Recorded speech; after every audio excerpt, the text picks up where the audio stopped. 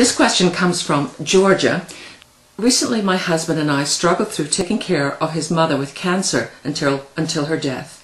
Then we moved straight to taking care of my mother and placing her in a nursing home. All the while I was trying to be a professional, a mother, a wife, and a friend. What do you do when everywhere you turn you see the demands of people, clients, private schools, church family, etc., and you still feel like you're drowning, yet you continue to get hit by more and more stress? How do I stop it? How do you stop people from pulling at you? How do you go on when it feels as if there's no support system that truly understands? Where do you start? Well, Georgia, I think probably that's something that many women struggle with these days. I know I do. I struggle with my schedule, traveling schedule with Women of Faith, my writing schedule. I write for women. I also write for children. Gigi, God's Little Princess books.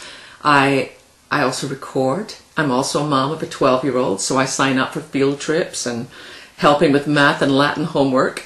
And I'm also a daughter. My mom is about to turn 18. She's getting a little older. We also nursed my mother-in-law through liver cancer, and then my father-in-law came to live with us. We just live in days where there's a lot going on, a lot going on. But for me, one of the things that was very important was to find out, what are the things that God really wants me to do? And what are the things that just people want me to do? I'll give you an example of that. One night I was home and my front doorbell rang, and I went to see who it was, and it was a lady from our neighborhood, and she said, I just think it would be great if we could start a Bible study in our neighborhood. And I said, I think that's a fabulous idea. And she said, would you be willing, even at the beginning, to host it and maybe, kind of facilitate it? And I said, I would be honored to do that. And she said, okay, well, I've checked around and the only night that we can do it is Tuesday night. And I said, well, I'm sorry, but that counts me out.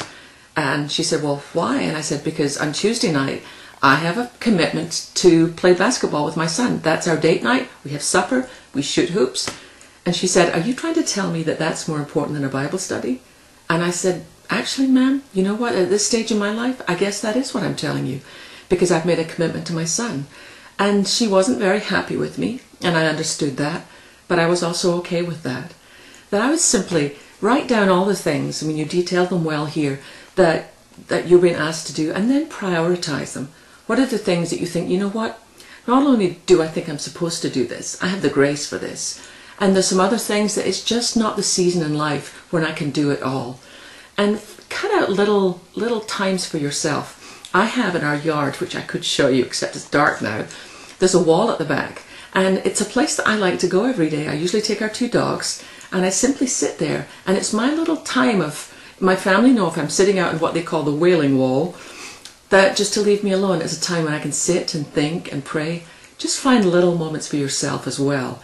But don't be afraid to say no. There's nothing unspiritual about saying no.